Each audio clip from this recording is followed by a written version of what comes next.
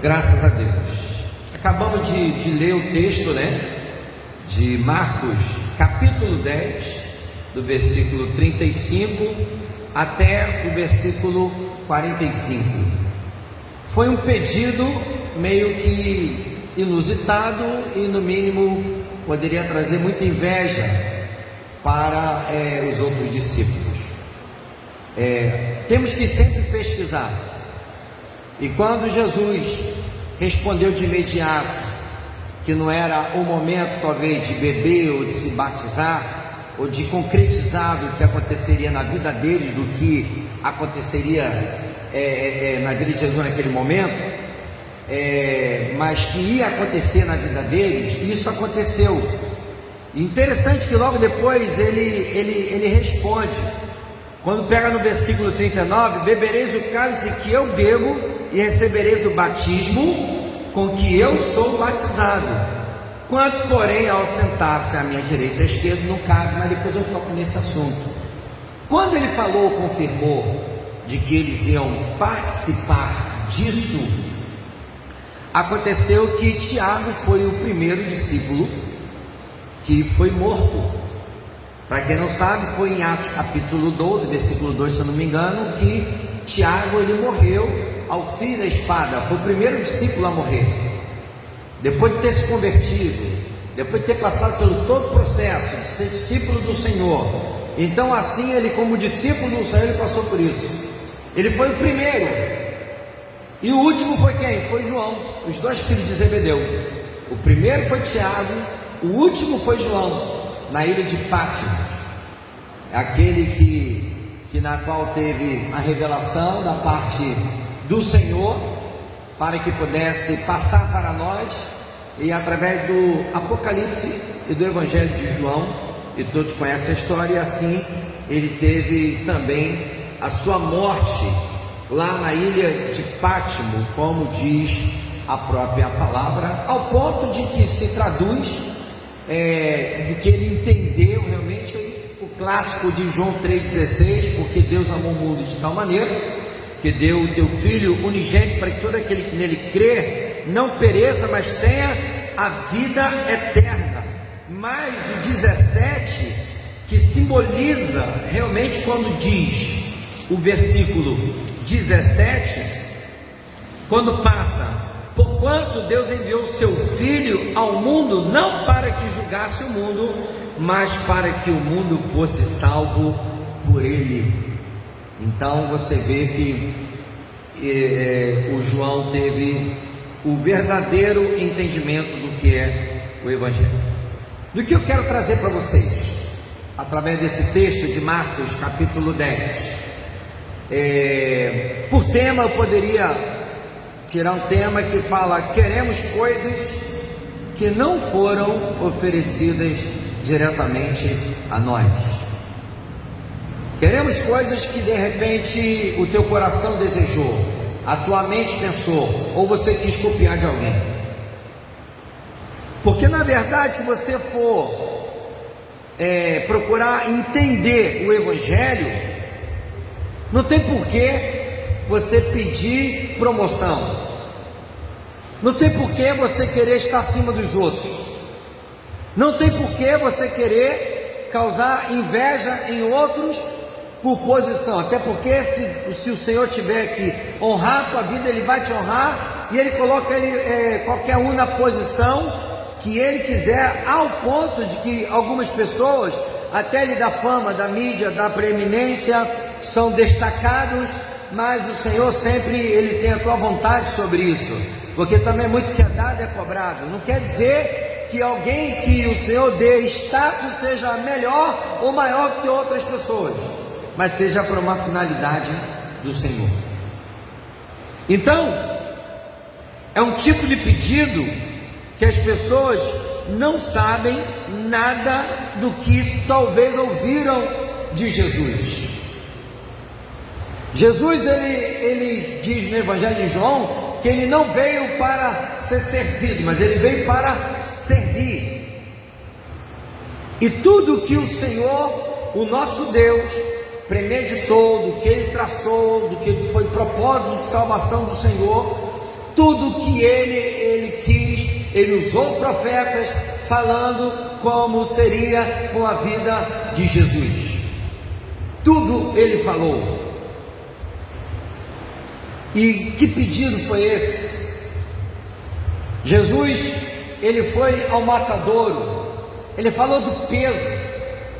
Vocês talvez não conseguiriam, e realmente talvez não conseguiríamos. E os que pedem, até como em nosso meio, status, posição, reconhecimento, cargos eclesiásticos, não serão dignos de dar do que a melhor posição do que servir. Tudo que você possa achar do que seja importante desse nome aí que de repente muitos têm, muitos almejam, nunca vai ser mais importante do que servir, porque não adianta você ter status, ter um cargo eclesiástico, você ter esse nome. Eu não quero me ater aos nomes, que são vários, já chegaram ao ponto de ser talvez semideuses, são idolatrados. Se a pessoa não está, o culto não funciona. É ele que tem a oração, é ele que tem a palavra, ele que é o tal, ele que é o cara. Na verdade, servir o próximo sempre será maior. É ser como as crianças, na inocência, na humildade, é sempre servir ao próximo. O Evangelho através de Mateus, Marcos, Lucas e vários ensinamentos que o Senhor traz, mostra várias atitudes do Senhor e de várias coisas importantes. Não fique preocupado em querer se apresentar para os homens, dar esmola, ficar mostrando para os outros, quer status também, quer ser lembrado, quer ser reconhecido. Não precisa de nada disso. Só sirva, faça a tua parte. Mas eles colocaram no seu coração, né, essa atitude egoísta, orgulhosa. Logo depois de Jesus, mais uma vez, de ter predito do que ia acontecer com ele, antes no versículo 32, que estavam de caminho subindo para Jerusalém, Jesus ia diante dos seus discípulos, e estes se admiravam e o seguiam, tomados de apreensões, e Jesus, tornando a levar à parte os 12, passou a revelar-lhes coisas que deviam sobrevir, dizendo, ele falou para eles: eis que subimos para Jerusalém, e o Filho do Homem será entregue aos principais sacerdotes, aos escribas, condená-lo-ão à morte, e o entregarão aos gentios, hão de escarnecê-lo, cuspir nele, açoitá-lo, matá-lo, mas depois de 3 dias vai ressuscitar. Essa promessa aqui, talvez, de ressuscitar, não foi dada a ele, mas de ser açoitado, de sofrer dano contra o seu próprio corpo, contra a sua própria vida. Jesus falou isso para os discípulos, que eles também passariam a mesma coisa. Olha, vão agir contra vocês, vão falar mal de vocês, vão rejeitar vocês, vão negar vocês. Normalmente quem tem a palavra da verdade é negado, é rejeitado, não é muito aceito. O Evangelho não é muito aceito. Mas temos que ter muita atenção para algo, porque na verdade ele indagou para Jesus, e essa responsabilidade Jesus atribuiu a Deus. Tudo bem que vocês vão passar pelo cálice, pelo batismo que eu passei, vocês vão passar, mas a direita e a esquerda cabe ao Pai. E a questão de posição, de status, reconhecimento, ou de desejo de coisas que estão nesta terra, só quem oferece isso é Satanás. Mateus capítulo de número 4. na tentação de Jesus, na tríplice tentação, na concupiscência dos olhos, do corpo, a tríplice tentação, foi tudo oferecido a ele. E se prostrado me adorares, olha a posição que você vai ter, olha o que você vai conseguir. Só quem oferece tudo que está ao redor do que o mundo tem para dar é Satanás, o Ra-Satã. Não é Deus. Deus, ele não te promete tudo. Até pessoas que dizem que são abençoadas porque recebem as coisas, ela não recebe tudo. Ela não recebe. Pessoas que encaram como bênção quando Deus te dá alguma coisa. Amém. Tem gente que atribui a Deus. Amém. Eu não estou questionando, não estou entrando nesse mérito. Mas uma coisa eu tenho certeza para te falar: Ele não te dá tudo. Até Lázaro, que ressuscitou, depois ele morreu.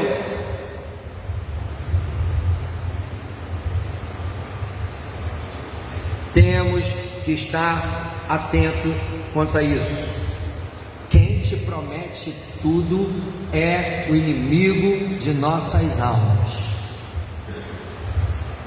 Essa coisa de você procurar uma igreja para querer resolver todos os seus problemas, para ter a sua cura, para ter todos os seus milagres, para resolver seus negócios, seu emprego, eu quero dizer que você pode,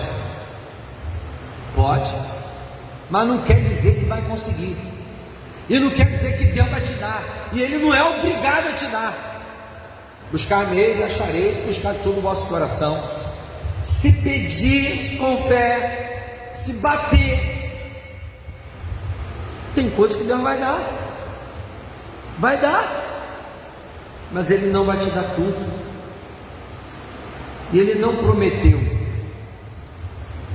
Ele só falou sempre de nossas atitudes, igual essa situação financeira, né, que está acabando com as igrejas evangélicas. Tudo em torno de dinheiro, tudo. Deus já prometeu na sua palavra, sim, a lei da semeadura, mas de forma voluntária você contribui daquilo que está no teu coração, e você vai conhecer o estado do teu coração, mas é de forma voluntária, com alegria,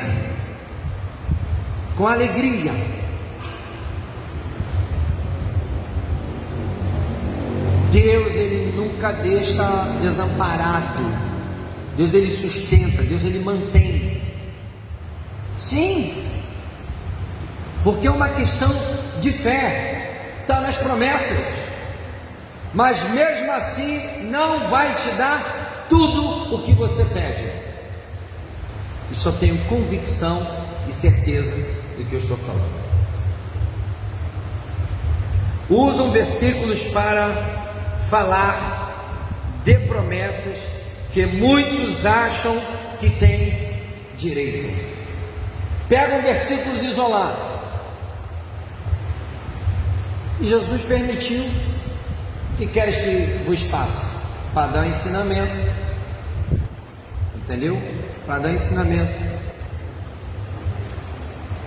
Para dar ensinamento para eles. Olha o que ele falou mais. Mas não fazemos nada. Mas não fazem nada de acordo para que talvez possa merecer algo. Igual um pai quando chega para o filho ou a mãe: você está me pedindo, filho, mas você não merece. Uma mãe de juízo, um pai de juízo, que cumpre a risca o dever de pais, o filho tem que fazer por onde? Tem que fazer por merecer, tem que fazer tudo de acordo para que ele possa receber daquilo que talvez ele mereça. Mas não fazemos por onde? Não fazemos jus. Que tem coisas também que é assim. Tem coisas que não se faz jus. Entendeu? Se caso não cumpre o papel de fazer jus daquilo como filho de Deus, como tem que fazer, acha no direito de ficar pedindo tudo para Deus. Deus não é teu servo, você não pode querer inverter. Você não pode agir de uma forma de que Deus venha servir todos os seus deleites.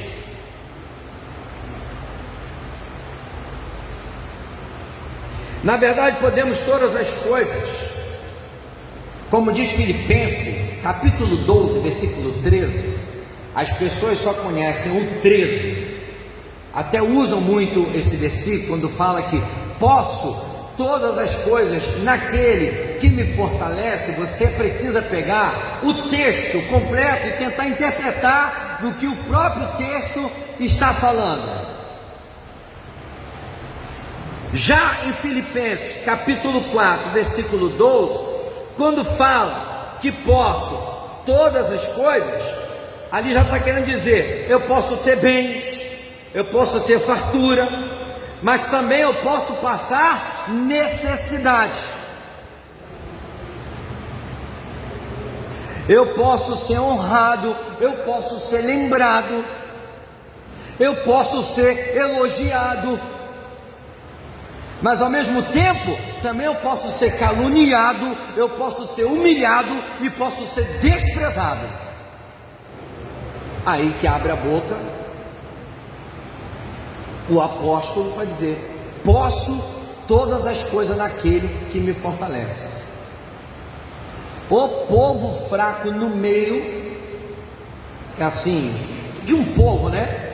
É o povo, alguns evangélicos que estão dentro da igreja, enquanto talvez está recebendo de Deus, entendeu? Tudo é maravilhoso. Quando vem as provas, agora ele dizer que você não está sentindo dor, que você não está triste, você não vai para o joelho, você não chora, que isso? Somos seres humanos, podemos sentir dores sim, você está sendo verdadeiro. Ou os outros ficam te caluniando, você está alegre pra caramba, está feliz, que bom. Você pode até dizer que você está firme, que está seguro, mas no fundo você sente. Então, os filhos de Zebedeu estavam ali para querer receber de Deus daquilo que era de direito, mas a palavra de Deus fala principalmente do nosso dever. Antes de qualquer posição, antes de qualquer status, antes de qualquer cargo eclesiástico, antes de qualquer coisa que possa você ter, né, no contexto de reino de Deus, servir sempre será a maior proposta que o Senhor vai te dar. Servir a Ele e servir ao próximo com todo o teu amor, com toda a tua força, com toda a tua alma, diz a palavra. O Evangelho precisa, sabe, de vez entrar na mente das pessoas, de que tem que ter essa ação, de poder servir, de não estar preocupado com o prêmio, daquilo que possa te dar. E quando se refere à questão de Deus, não é política. Esses dias, numa postagem no Facebook, aí a pessoa, ela foi numa igreja e para se apresentar, ela usou um chavão que é usado muito na política. Quem não é visto não é lembrado. Eu fui embaixo, eu tive que botar, porque é conhecido. Eu não respondo, não brigo com ninguém, não perco tempo, mas eu só botei falou, esse chavão é muito usado na política. Agora, para a questão do reino de Deus, você não precisa tocar corneta, não precisa ficar em cima do altar, você não precisa, né, mostrar as coisas que você tem feito, porque Deus, Ele sabe de todas as coisas. Não precisa. Aí a pessoa usa um chavante que é da política para justificar de que ele tem que aparecer, tem que fazer algumas coisas para que possa ser lembrado. Quer ser lembrado pelos homens, quer ser bajulado pelos homens, mas para com Deus não precisa. Pelo contrário, Deus ainda fala: se fizer qualquer coisa, faça em oculto, porque o meu galardão, o meu prêmio eu te dou, eu que vou te dar o prêmio.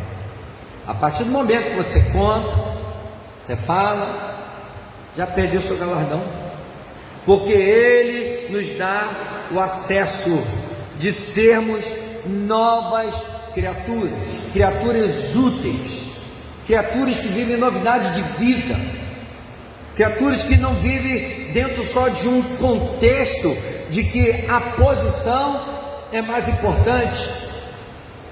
Graças a Deus, aqui nesse ministério, para 25 anos, nunca tivemos aqui, teve alguns casos, mas pessoas que não ficaram, vieram de outro lugar e não ficou aqui, de ficar botando contra a parede, de exigir ministério ou uma posição, porque aqui tem que fazer como ensina a própria palavra. Você tem que servir a todos, de forma natural vai acontecer. Eu já falei várias vezes, não fique preocupado com isso, não fique, não adianta ter o título e você não servir de acordo com como ensina as Escrituras, porque Ele é o Senhor. Outra coisa importante, estavam do lado do mestre, andavam com Ele, mas se acharam naquele momento de ter direito. Jesus deveria ser sempre o centro, a presença, de poder estar perto, era bom demais para eles, então deveria ser mais do que suficiente, mas eles queriam posição, é o que passava pelo teu coração. Às vezes somos parecidos como discípulos, querer ser grande, como as Escrituras estabelecem daquele que é para ser grande no meio dos outros. O maior entre vocês vai ser aquele que serve, não aquele que é servido. Pode ser grande aos olhos dos homens, mas sempre será pequeno, porque nunca serviu. Não importa se for famoso, preeminente, reconhecido, se não serviu, não adianta de nada. Não adianta de nada.